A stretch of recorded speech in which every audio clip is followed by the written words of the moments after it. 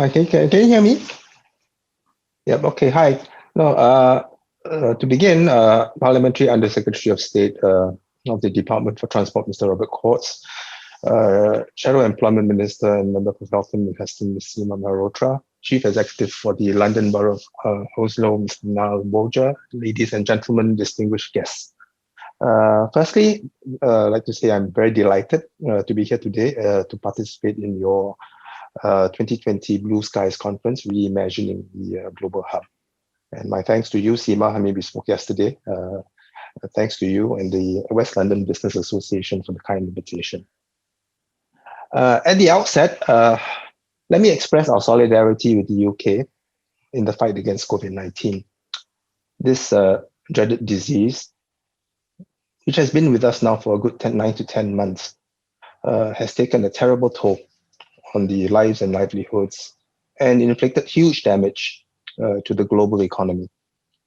Governments around the world have had to scramble to react to the fast-spreading disease, including shoring up their medical facilities, medical equipment, and putting in place measures, oftentimes harsh, to protect their respective countries and peoples. But even as our respective countries continue to do battle against the virus, and here we have had some good news in the area of vaccine development, as you had mentioned earlier. It has also become apparent that the world that we knew pre-COVID is going to be very different post-COVID. How research and much has already been said about how digital transformation has been accelerated, but equally significant in my view is the push towards a greener economy coming out of COVID.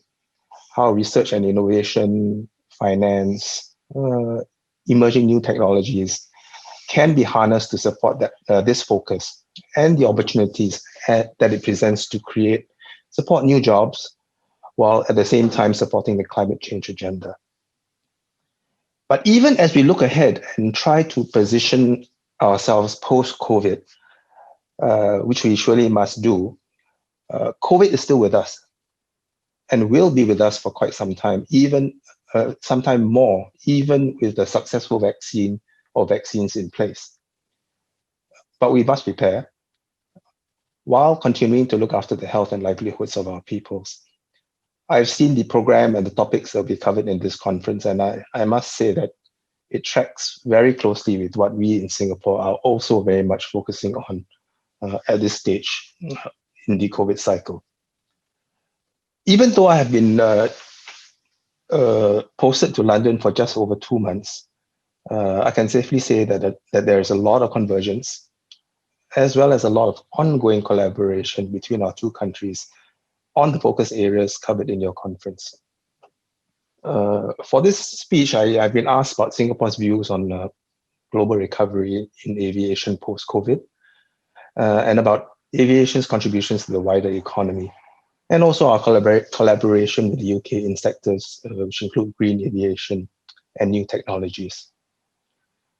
On our aviation recovery, first, to state the obvious, connectivity and by extension aviation is an existential issue for Singapore.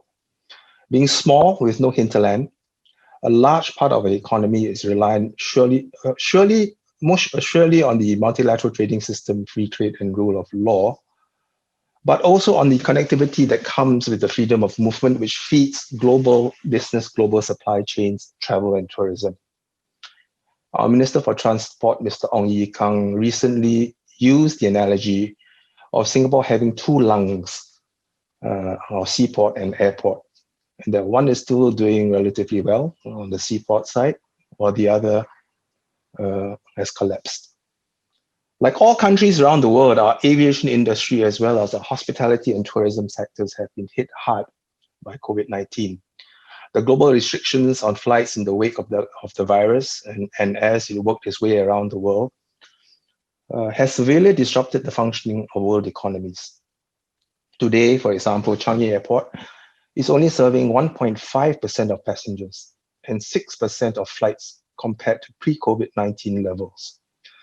Instead of 200,000 passengers a day, We are only welcoming passengers in the low thousands.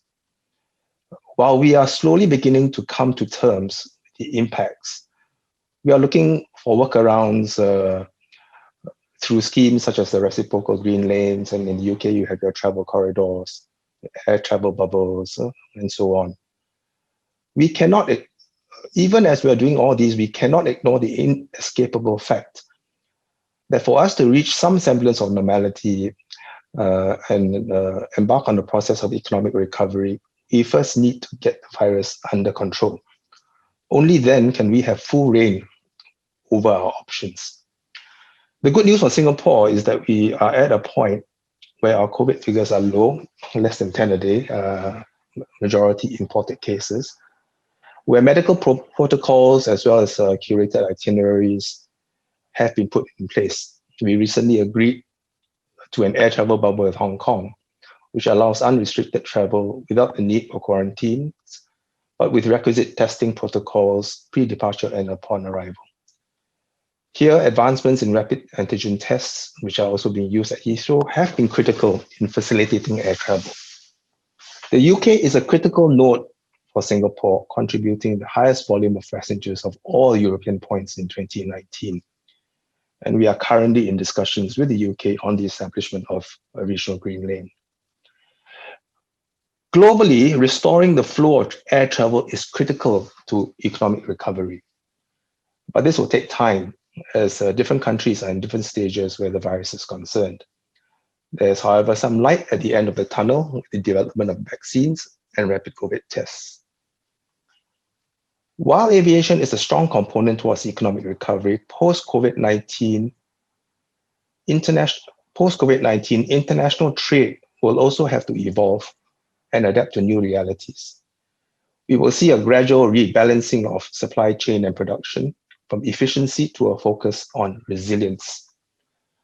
For Singapore, resilience means staying open and diversifying our supply chains to avoid concentrating risks at specific points in the supply chain.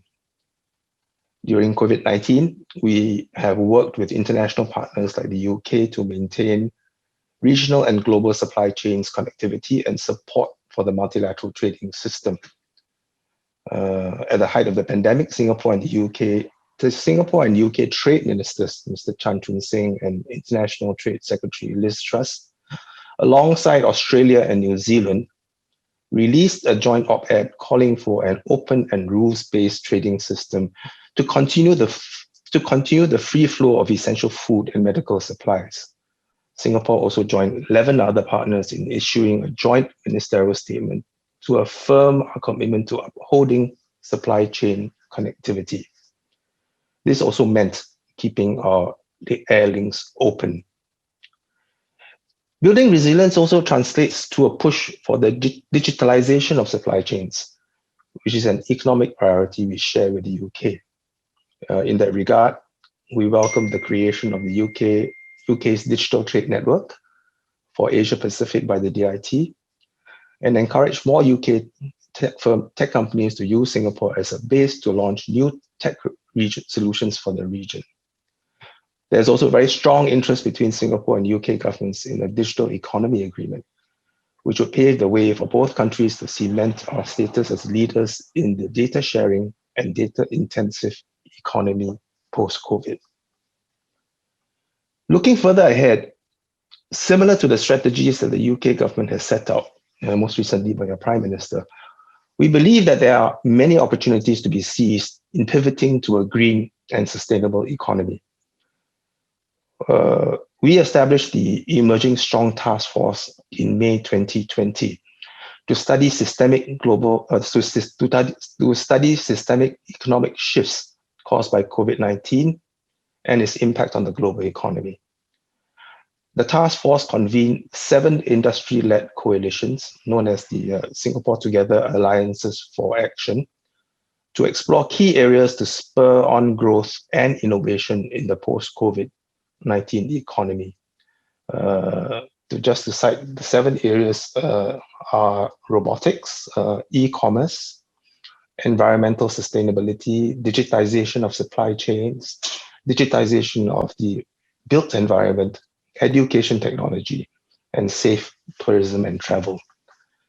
While safe tourism and travel was one of the areas, environmental sustainability was also identified as a source of growth to provide new jobs and industries while improving our environmental, social, and governance, the ESG standards. We are keen to work with the UK to decarbonize our economy through our energy and financial systems. 2 weeks ago, the Singapore Energy Market Authority and the UK Gas and Electricity Markets Authority signed a joint statement of intent to cooperate in areas such as our approach to regulation and design of gas and electricity systems with a focus on decarbonization. As leading financial centers, there is scope for the UK and Singapore to work together in the emerging area of green finance. Singapore launched its Green Finance Center in October 2020 as a first center of excellence of its kind in Asia, backed by the participation of British banks such as HSBC and Standard Chartered. Looking ahead, there is great potential for our respective fintech ecosystems to develop green fintech solutions to tackle climate risks and leverage green finance opportunities. Our financial sectors can also work together to deepen collaboration to carbon offset markets. Where the aviation sector is concerned, we are also looking to build back better and greener. Singapore continues to contribute towards the effective implementation of the ICAO carbon offsetting and reduction scheme for international aviation, which will be a key lever for the sector to work towards attaining its carbon neutral growth post-COVID-19. And we also play host to key aviation technical facilities, including sustainable aviation fuel. The use of sustainable aviation fuel provides significant reductions in CO2, life cycle emissions compared to conventional fossil fuels by up to 80%. The expansion of Neste's refinery in Singapore will increase its production in 2023 to more than 1 million tons per annum. In closing, let me just say that the road to recovery will be arduous for us all, but I'm confident that we will recover. But we cannot do it alone. We can only succeed if we work collaboratively, be it in opening up travel and establishing protocols, in vaccine multilateralism, in resisting protectionism, while building resilience and by putting sustainability at the core of our recovery plans and policies. Both the UK and Singapore are well positioned to reap the benefits of the new economy in a post-COVID-19 world. Our inherent strengths, such as the culture of creativity and diversity, skilled and educated workforce, and investments in digital infrastructure and services, will enable our economies to bounce back more agile and better prepared. The aviation sector is no exception with its record of innovation and growth in the past decades. With the London-Singapore route serving as one of the busiest between Europe and Asia, I'm optimistic that Heathrow and Changi will recover their status as international hubs in time, and visitors will once again be able to take flight under the open skies. Thank you.